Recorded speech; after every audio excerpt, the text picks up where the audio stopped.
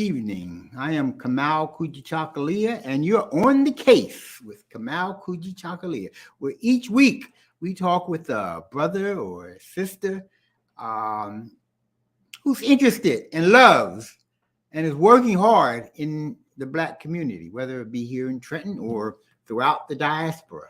Okay, and this week we have a good brother named Richard Jeanty, who was a prolific author of books, and we're going to be talking with him about some of his books and some of his thoughts about on the condition of this world. And I was going to say on Black people, but sure, it's this world because we're all interrelated here. Let me bring on my firstborn, Michael Harmon. And hello, son. What's up, Pop? How you doing? I'm doing wonderful. How about you? I'm doing well also. Okay, now we have this good brother coming on, Richard. All right. Richard Jeanty, Renaissance Man 2025 on Instagram. It's going viral many times. Talking basically the progression of Black folk and white supremacy and its effects upon us. And very intelligent brother, author, publicist, and looking forward to having this conversation with him. Okay, glad to hear it. Hi, Dana K. What's up? How are you this fine evening? Good to see you back with us. Okay. I tell you what, without any further ado, wait a minute. Ho. It must be something I wanted to talk about, something that's bugging me or it has made me happy or something this week. Can't think of anything though right now. All right, let's bring on Brother Jeanty. How you doing? I'm doing great. How about you? I'm all right. Can I give a shout out to Source of Knowledge in Jersey, in Newark? Sure. Who is Source of Knowledge? Source of Knowledge bookstore. Okay. Very good. Yeah, right on Broad Street. All right, very good. Up in Newark. Yeah. All right, very good. Now, where are you located? I'm in Atlanta now. Okay, that's where you live? Yeah. I've been here for about 9 years. Have you ever lived in Trenton? No, I lived in New York. Okay. Yeah. So you moved down to Atlanta? Yeah, back in 2014. Why? I was in New York for about 20 years. I guess it was enough. Okay. I see. Now, why don't you give our listeners a little background about who you are and what you do? Well, my name is Richard Jeanty. I'm from Boston, but I left Boston after I graduated from college back in the 90s. Moved around. I was in New York I was in Atlanta for a little bit, then left and moved to New York. I've done quite a few things. I'm a stand-up comic. I'm a writer. I'm a painter. I do many things. I own a few businesses. I'm an entrepreneur. And the goal is to inspire. I'm a former high school teacher. I used to teach in the New York public school. And I was also a program director for underprivileged kids for many years before I took on this whole writing career back in 2000. Well, my first book came out in 98, but I officially became a full-time writer in 2001. Okay, I guess that qualifies you as being a Renaissance man with all those different. Yeah, that's where the name came from. Okay, I see. And that happens a lot. Well, I won't say a lot, but it happens often with especially, well, I won't say especially, but with Black men and black women, because we have so much inside of us that needs to be explored and to get out, so that we go here and we go there, and we become it's a jack of all trades and master of none, but we become master of quite a bit. Yeah, we're multifaceted and multi-talented. Yeah, very much so. So you've written how many books? 22. 22 books. And what are your books about? Well, I've written in all different genres: nonfiction, fiction, urban life, romance, erotica, you name it, I've covered it. One of my most popular books is a nonfiction book called The Most Dangerous Gang in America, the NYPD. I actually wrote that one after the murder of Sean Bell by NYPD officers in New York in 2006. It was more like my own therapy for dealing with police brutality, because I had gone through that myself. You know, most Black men, unfortunately,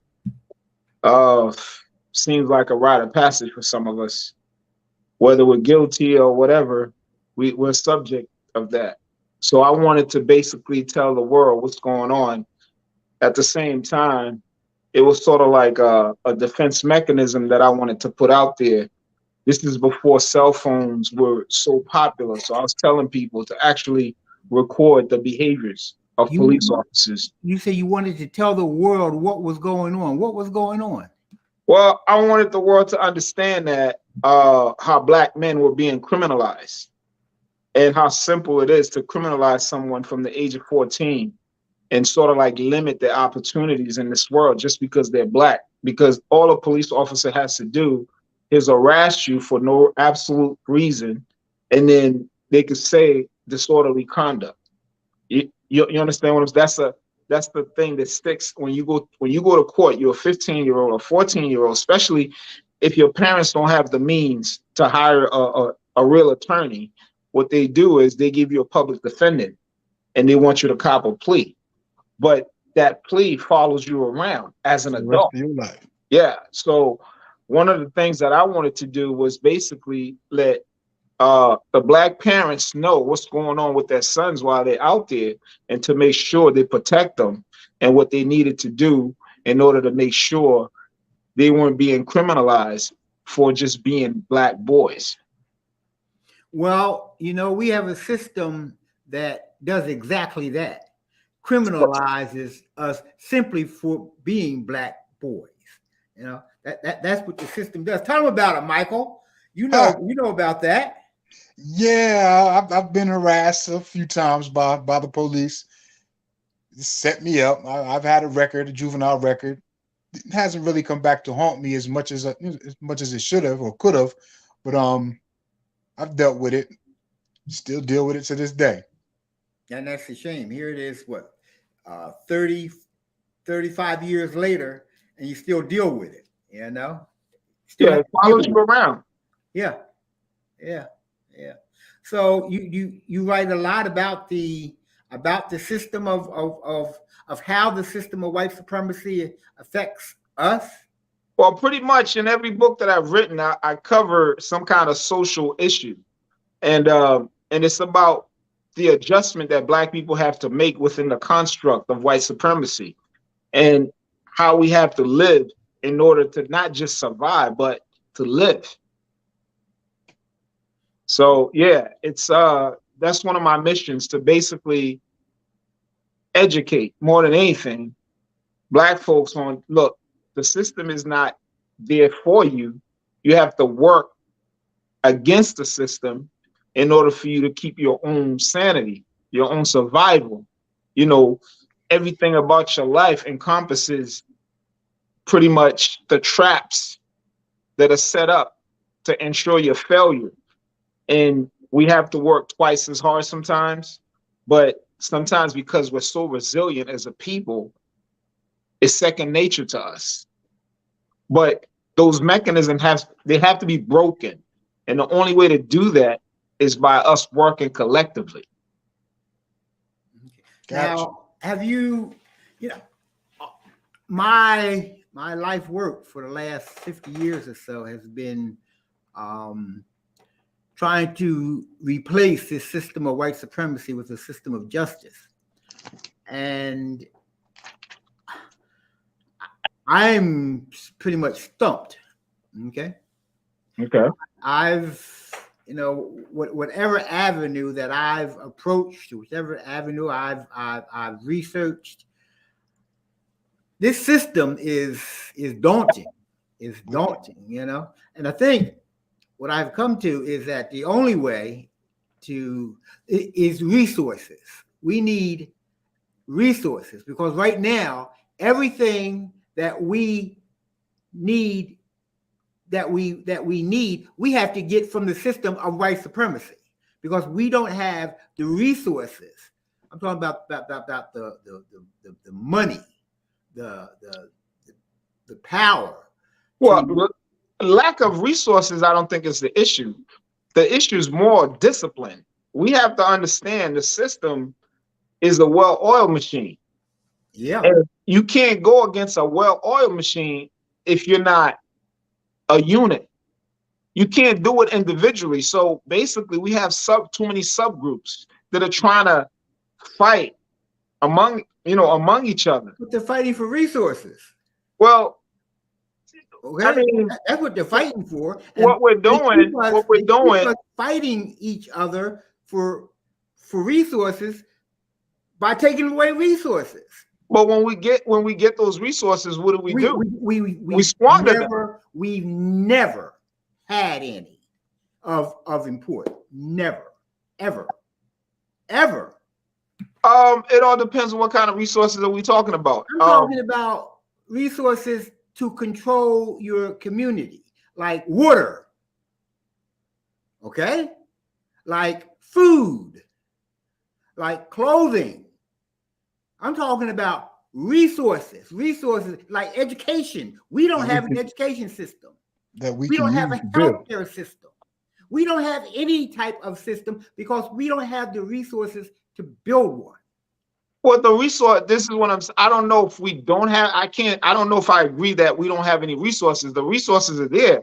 We're just not using the resources properly. Where are they?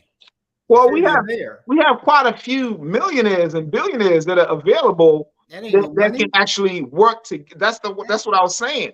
We don't know how to work as a cohesive unit. That ain't no money.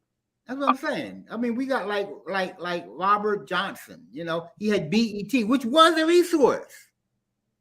Okay, but when white people, when the system decided they didn't want him to have it anymore, they just offered him a few $1 billion and it was gone.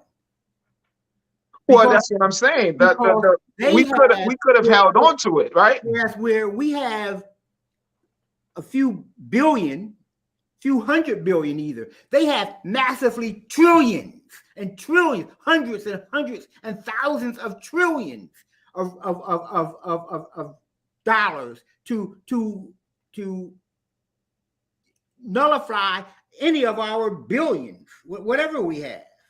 I mean, we can't compare to what they. But in order for us to have any type of resources, we have to start investing in us, right? So if we don't invest in us, we can't grow. We can't grow any resources. What is there to invest in? Excuse me? What is there to invest in? Our kids. Agriculture. One of the biggest resources. We just talked about clothing. We talked about all these things, right? Yes. So black folks here in this country, we probably do the free promoting the most of any other group of people. We promote every brand that's out there, whether it's in music or whether we're just going out to a party. We want to wear something that says Gucci so everybody can see the Gucci on us. You understand what I'm saying? So we do free promotion for everybody while we're not actually building, constructing anything for ourselves.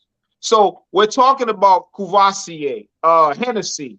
It doesn't, whether it's water, Evian, we talk about every single brand, promoting it and sending our own people, influencing our own people to go waste their money on their product, as opposed to us creating our own products where the dollar can circulate.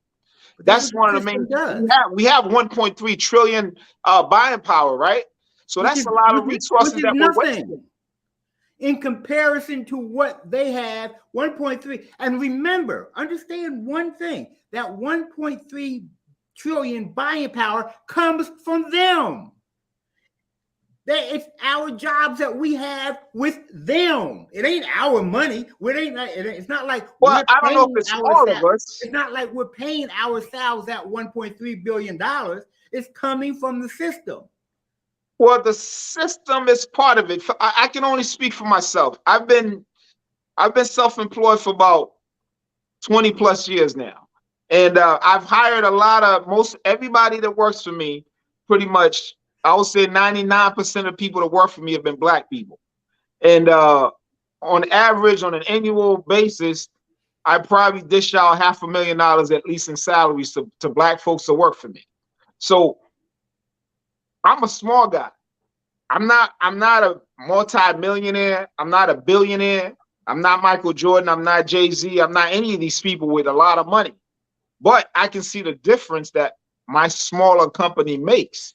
And that's what I'm saying. If we all had the same mindset, as opposed to trying to, a lot of us, once we get a certain level of success and money, we want to assimilate into a certain group of people. Yeah. So that money, basically, you get drafted as a player, whether NFL or NBA, you're surrounded by people outside of your community, right, who's going to take about a 20-25% cut off the top, right, away from you. Right. Then you go and spend $5 million in a house away from your community. Exactly. You understand what I'm saying? Exactly. But if we start to change our minds and understand, wow, why can't we build this community? I'll tell you a quick story, right? Okay. I met John Lewis down here, right, when I first got to Atlanta. So I own a real estate investment company. So we had a conversation because I know how they like to celebrate the civil rights activists from the 60s. So I told him, I said, listen, if you really want to revamp the community, the black community, this is what I can do. I said, you see all these boarded up houses that you guys have here? If you can set up a meeting with the mayor, with me, and I can buy these houses for about $10,000 each, I promise you, everybody that works at McDonald's will be able to afford one of these houses when I'm done with them. That's not what John Lewis wanted to hear. John Lewis wanted to see the money. So he brought in big developers who took these little $10,000 homes and turned them to $500,000 houses, which priced out everybody from that community. So you have to look at the politicians that are also taking away the resources from the community. And my goal was, okay, this particular street is dilapidated, right? How about we bring it back?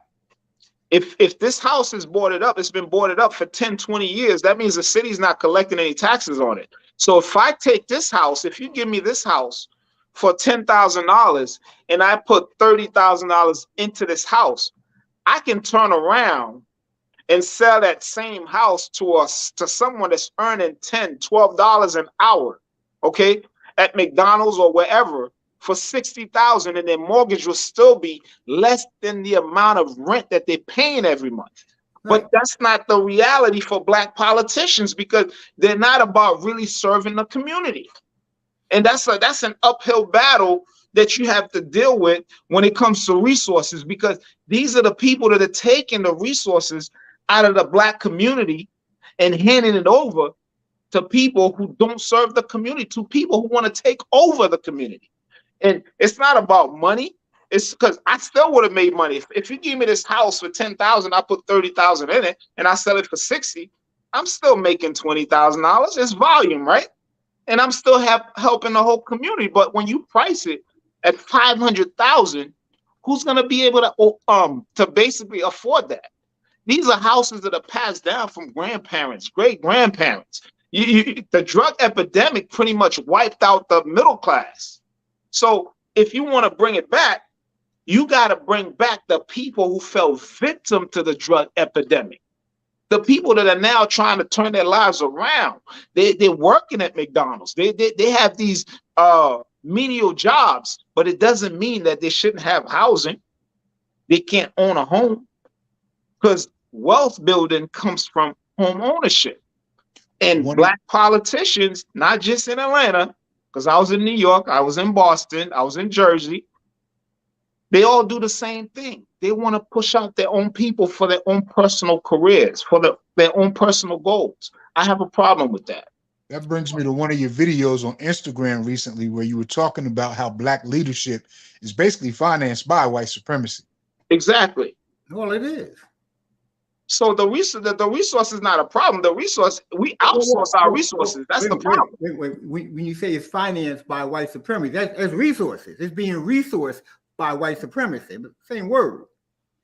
Okay. Well, that's what I'm saying. We vote for resources, but we don't get the resources. The financing comes from them. So basically, it's null and void. Whatever we do is null and void because they control everything that goes in and goes out. Exactly. That's the problem. So it's the puppetry that we have to stop. Yes, it is.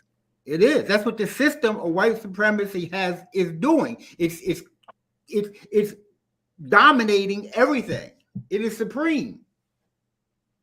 Well, it's supreme because we have to develop a certain level of discipline ourselves because we can look at the system, but there are ways to beat the system. What? Whoa, slow down. What way? Because now you're not gonna beat the entire system. You're not gonna beat the entire system, but you can make a dent. And as you make a dent, right? Make your own lane. It carries over to the next generation. But at this point where we're going now, How so? Well, we have, excuse me, one of the things that I preach, right, is you got to shop black. You got to travel black. You got to do everything, as much things as possible black. Meaning, if you're going to wherever, right, let's say you're going to Jamaica, instead of staying at one of those resorts that's owned by a white company in Jamaica, you can find a bed and breakfast that is owned by a local Jamaican person in Jamaica. Who wants to do that? Excuse me? Who wants to do that? We should. That's what I'm saying. We should do that. That's what I do.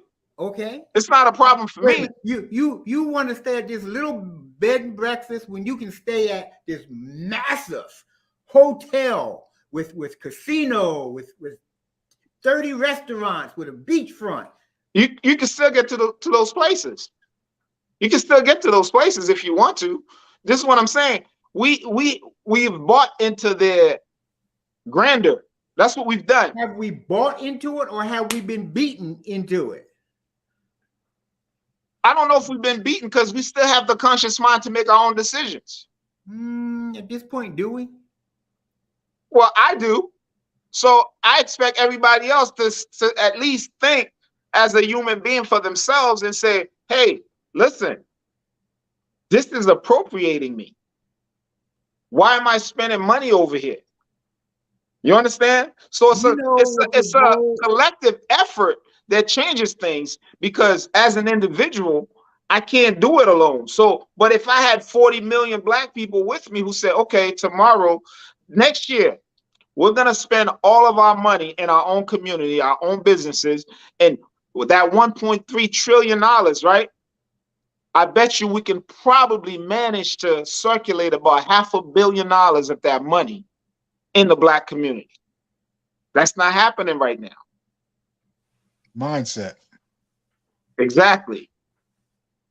So economics play a major role, and your politicians, they're not going to respect you because you have no economic power.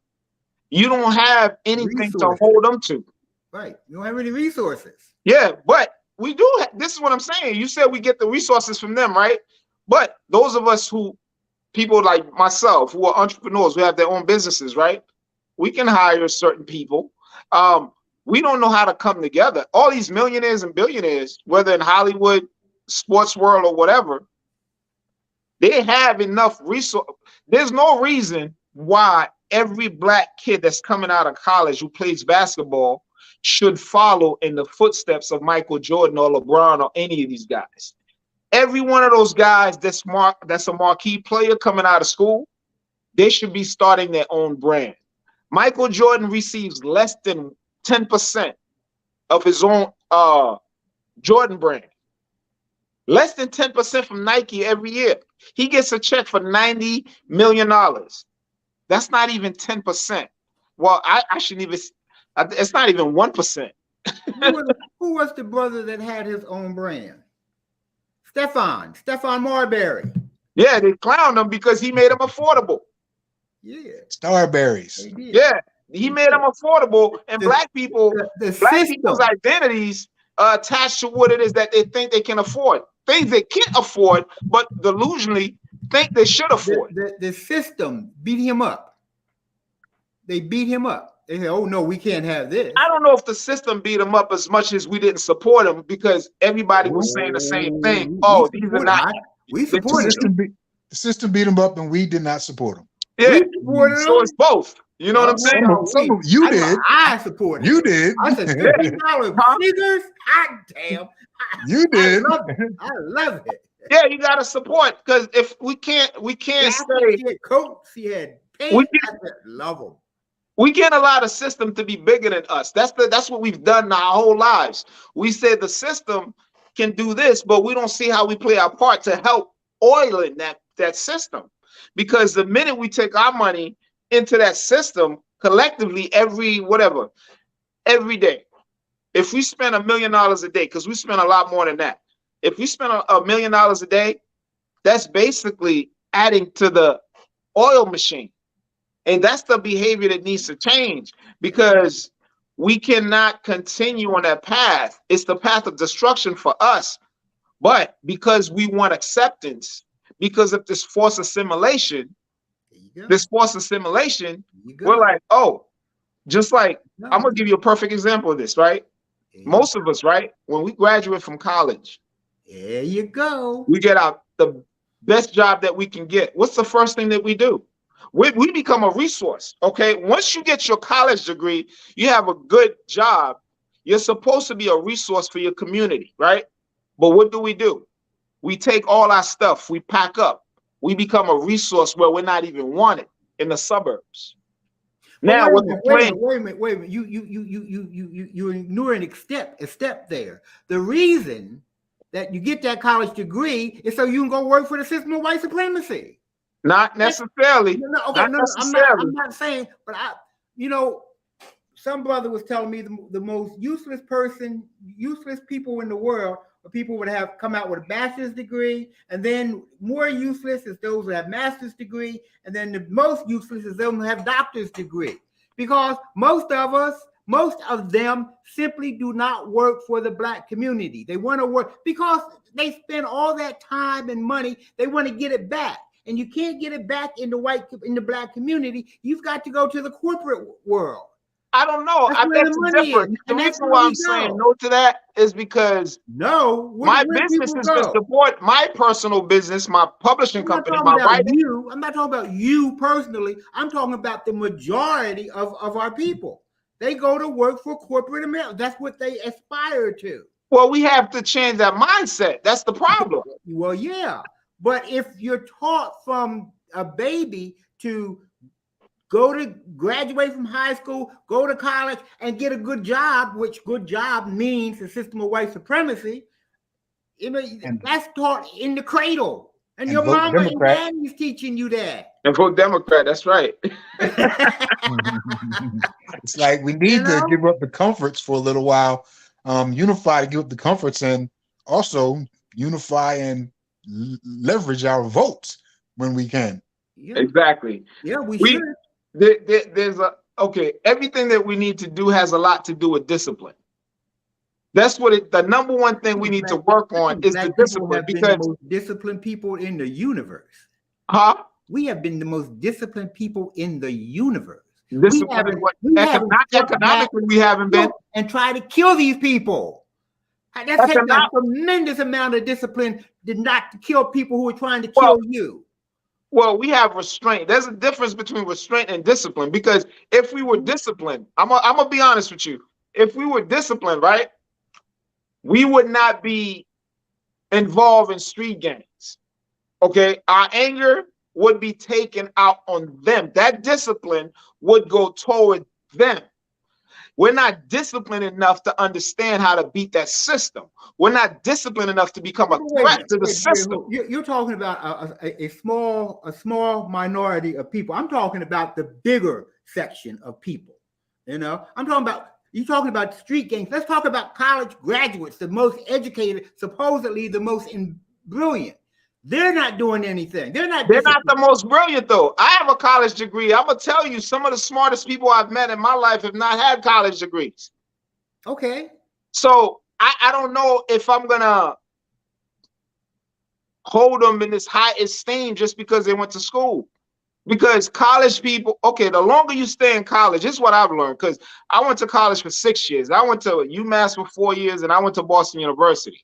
Okay, and I even went to Brooklyn College for a little bit to get a master's in education. So I can tell you, the longer you stay in college, all right, the more indoctrinated you become. Because what's happening is that these people are training you to sort of like be like them, right? To get next to them.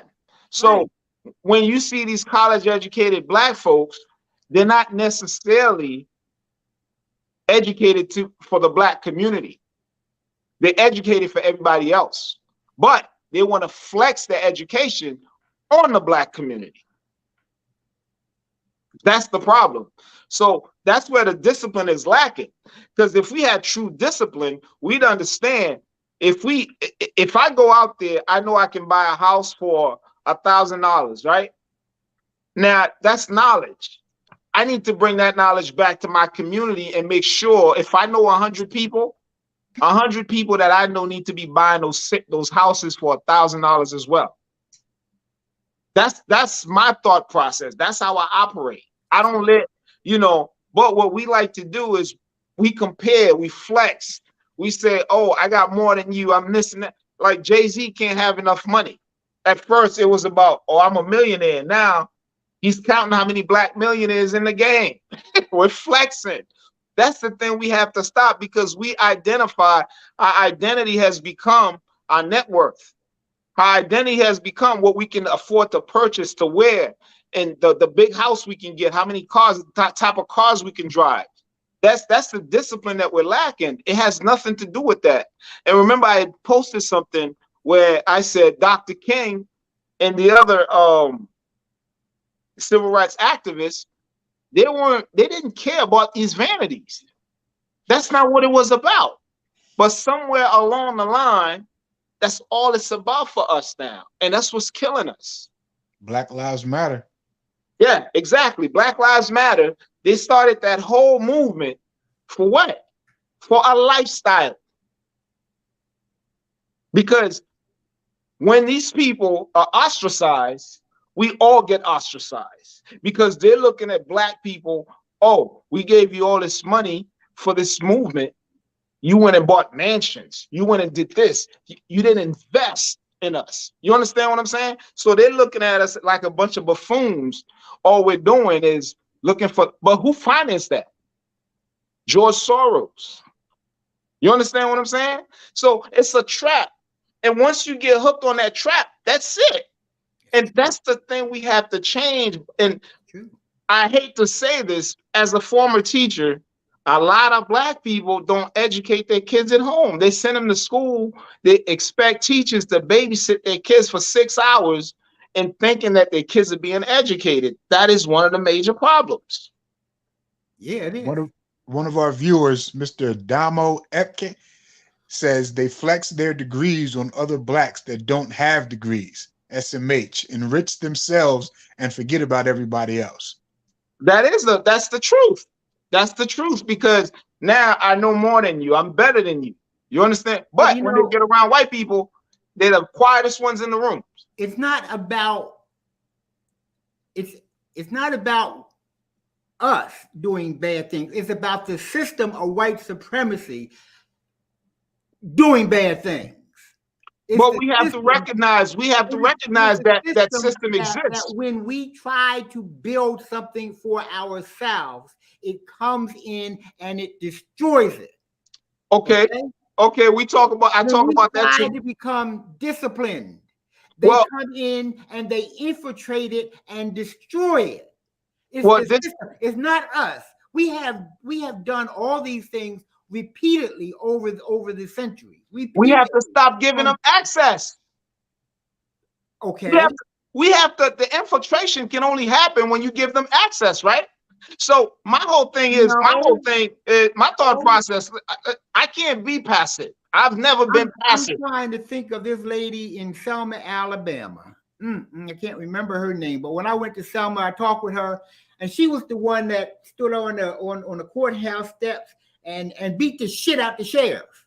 You know, she stood up. But what happened to her was she got beat too. But then she lost her job. She couldn't work. Whatever. We stand up and we try to stand up for ourselves, and the system comes down on us in spades. Because we always stand alone. No, she wasn't alone. There was a bunch of them that did that and lost their jobs and couldn't support their families anymore. This is what I'm saying. That's what I mean by standing alone. They terrorize us. That's exactly what I mean by standing alone, right? Okay. I'll give you an example. That white boy that killed those people in Kenosha, Wisconsin, right? He was able to raise what?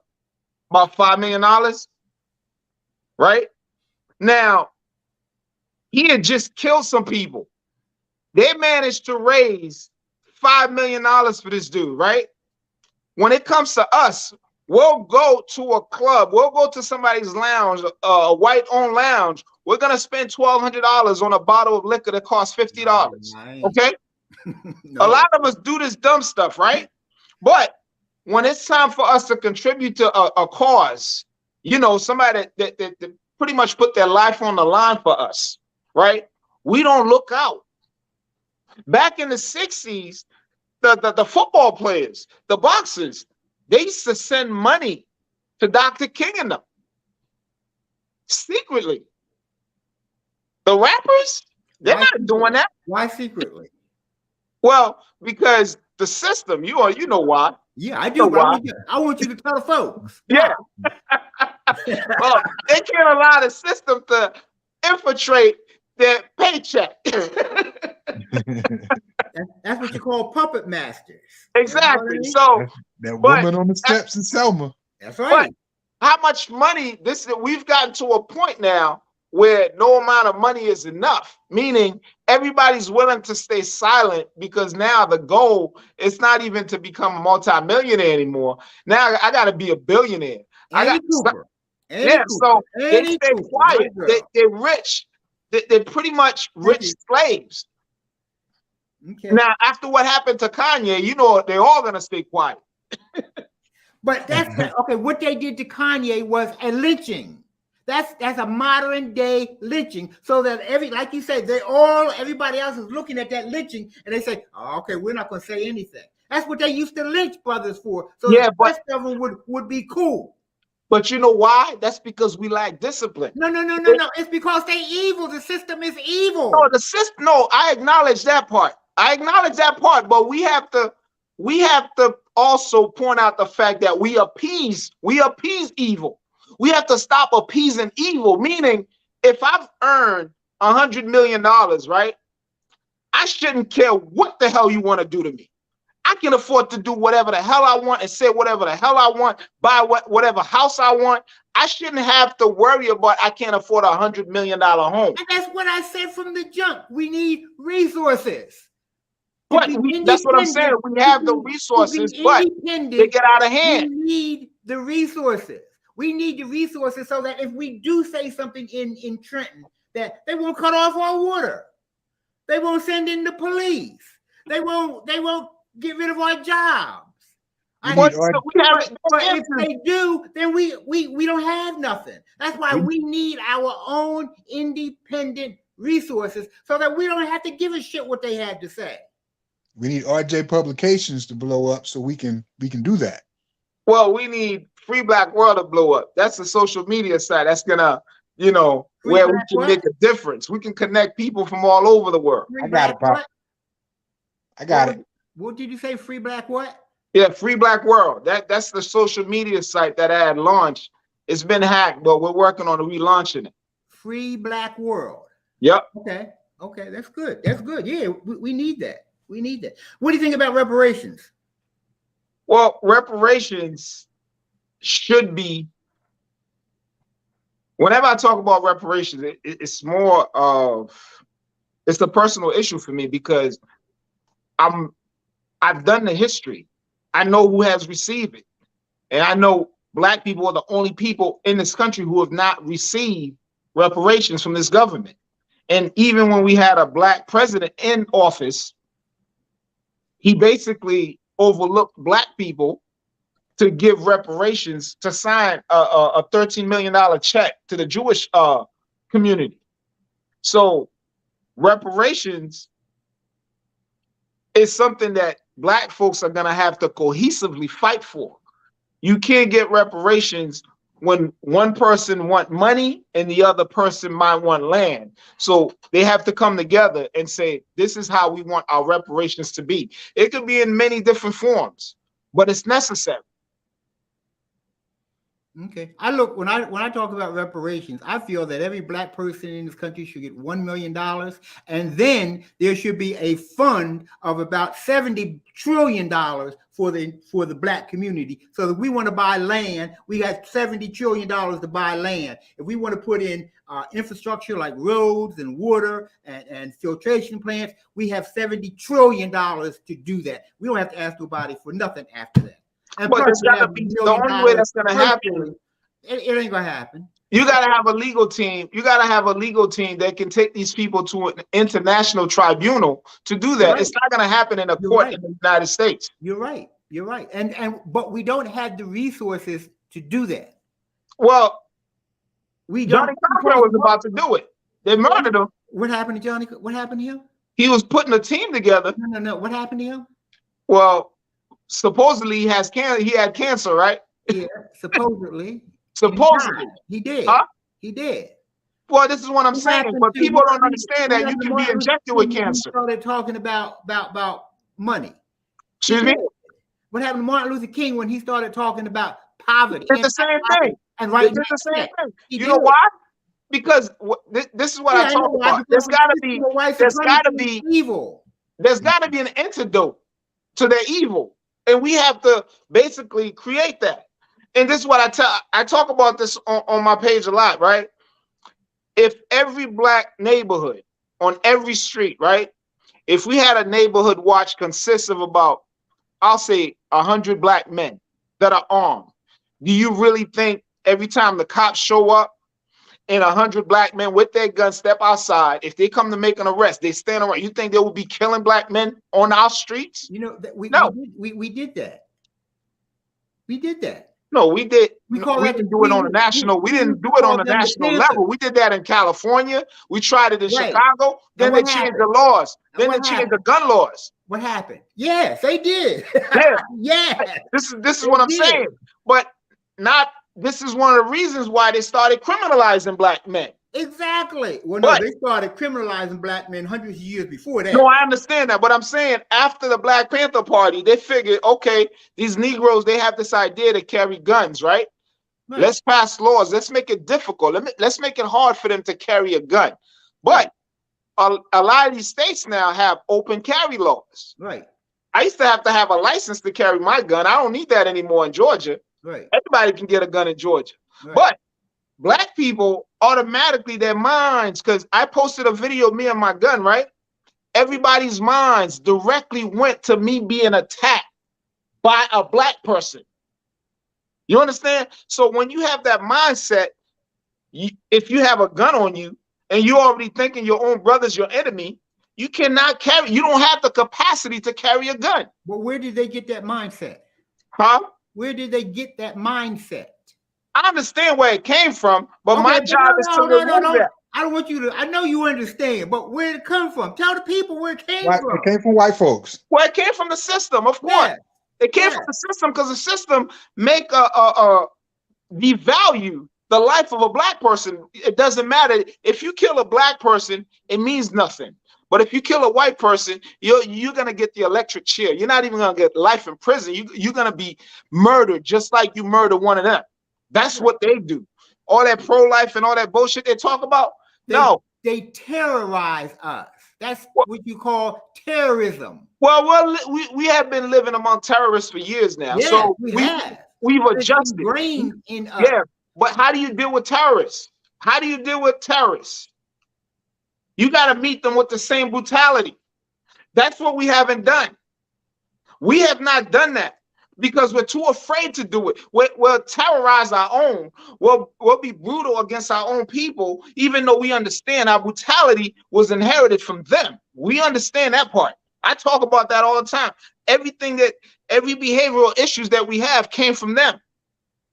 You know, we learned from them because they're the ones that started raping people. They're the ones that started kidnapping people. They're the ones that murdered and annihilated people. We learned that. We watched it. We learned. The ones that started cutting babies out of people's stomachs, feeding them to alligators. We have watched all these heinous behaviors from them. So some of us have basically succumbed to it, right? But we don't understand. We need to redirect our focus, our anger, and everything else, not toward our own people, toward them. Thank you. That's where I'm at. Thank you, brother. That's what I was getting at. That's what I'm talking about. Hey, this has been. I would love to do this every week, because you know we don't talk about this horrid, this ugly, this evil system that is driving us, that has driven us crazy. We're insane because of this freaking system. But we don't talk about it enough, and people don't want to hear it. You know what I mean? But I could do this every day of the week to get it out there. You gotta understand, when I talk like this around black people don't want to be in the room with me. That's right. That's right. A lot of them don't. Yeah. A lot of them don't. These are the black people that I have to be afraid of. No, you ain't gotta be afraid of them. They ain't gonna do nothing to you. It's not about them doing anything to me. No, it's not about them doing anything to me. It's about them basically teaming up with the system for the system to destroy me.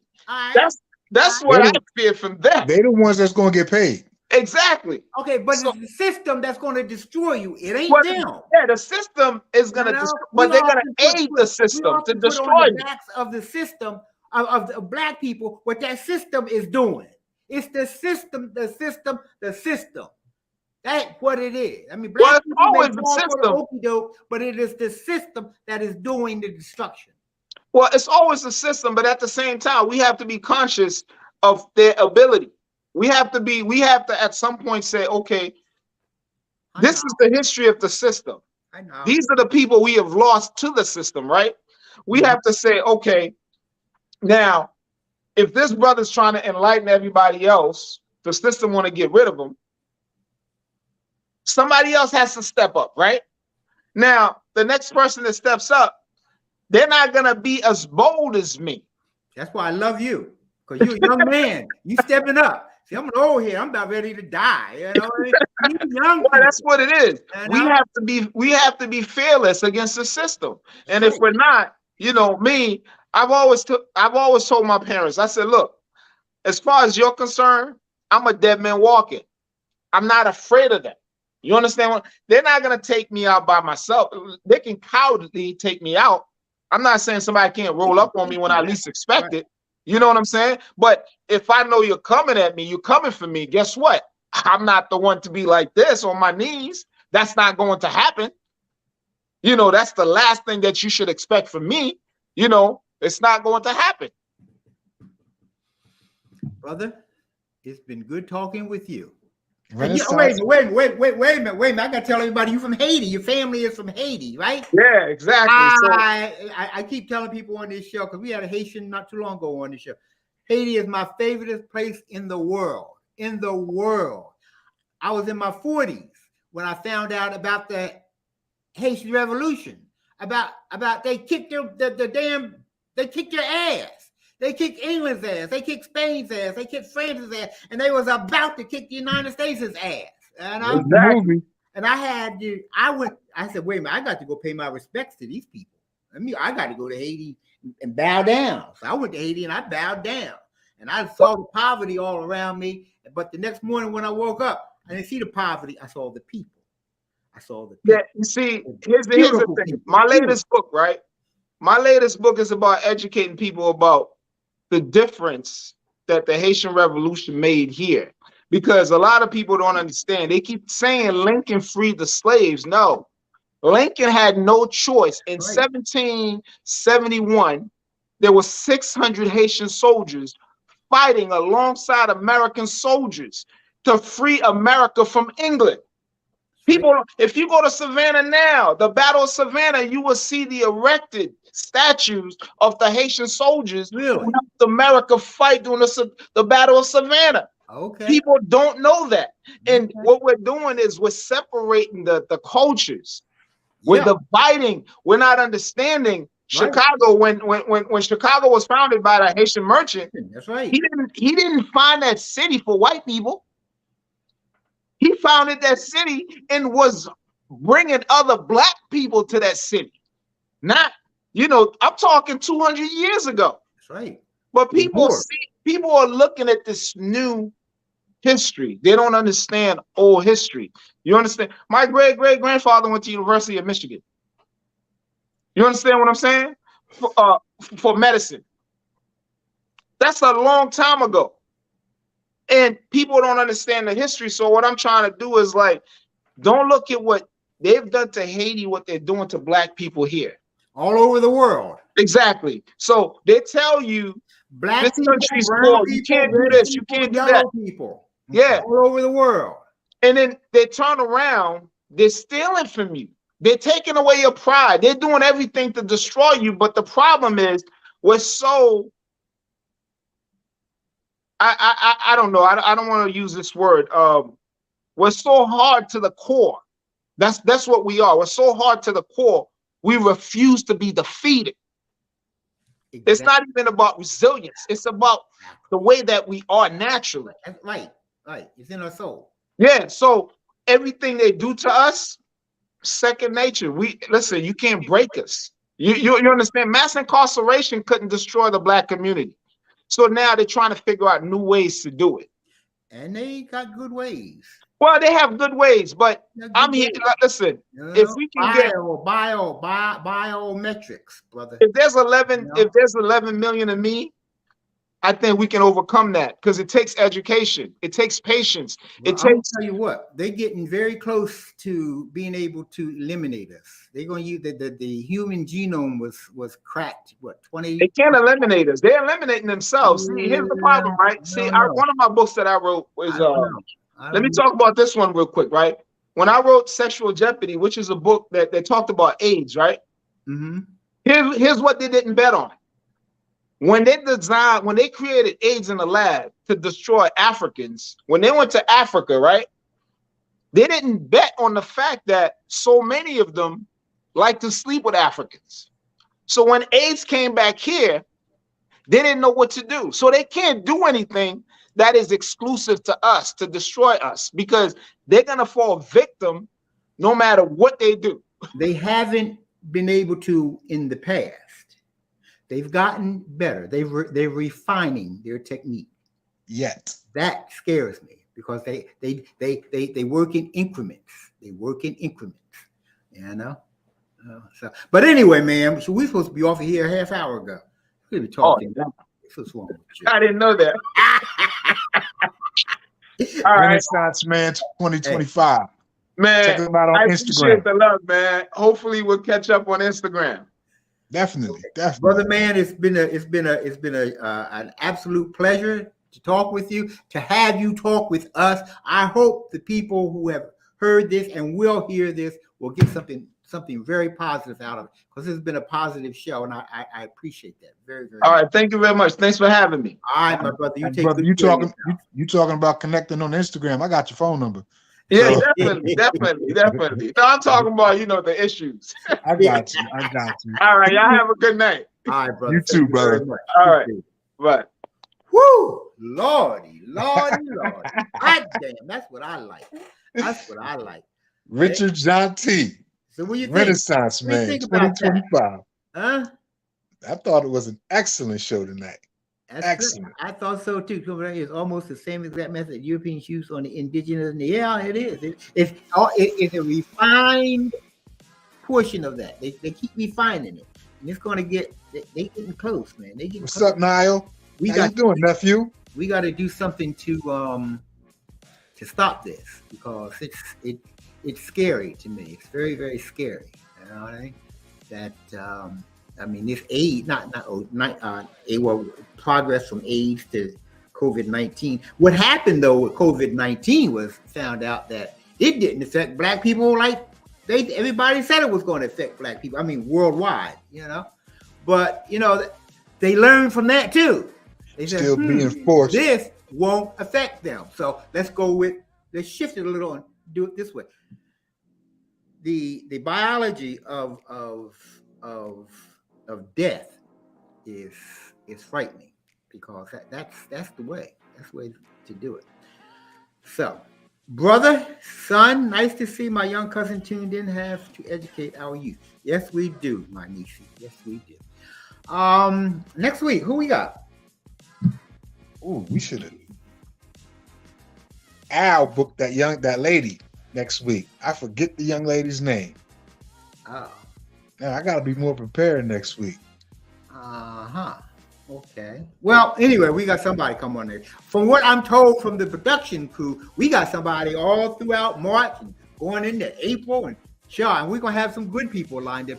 So we got an educator coming up. Somebody from one of the Tone Bellamy is Tone Bellamy. He's a preacher and an activist in the city of Trenton. He's coming up, I believe, on the 23rd of March. It might be the 16th. Okay. But and Tony Bellamy. Okay. Who is he? What's he? He's going to be on. He's an activist. He's also a preacher in one of the churches in the city of Trenton. Okay. What's today? The 2nd, the 9th. Who got on the 9th? We That's have Larry Ham. Is that right? Who got next week's guest? Larry Ham? Lord, if you think tonight was hot, Lordy, we get brother Larry Ham from. Okay, Al. Huh? I see Al putting in that work. He's from the People's Organization for Progress, man, and he has been working hard up there and been thumping for years and years and years. So, I can't wait, man. It's going to be an exciting show next week. Anyway, I want to thank everybody for joining us.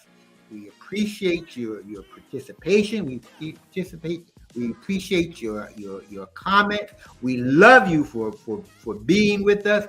And I hope and I pray that it was something that was worth your time, because your time is valuable. For you to spend it here with us is an honor. And we thank you very, very much. So, thank you. Next week, we got Larry Ham. And we'll see you then. Okay? Michael? On the case with Kamau Kujichagulia and his co-host, Michael Harmon. Good night, y'all. Love you. Love you all.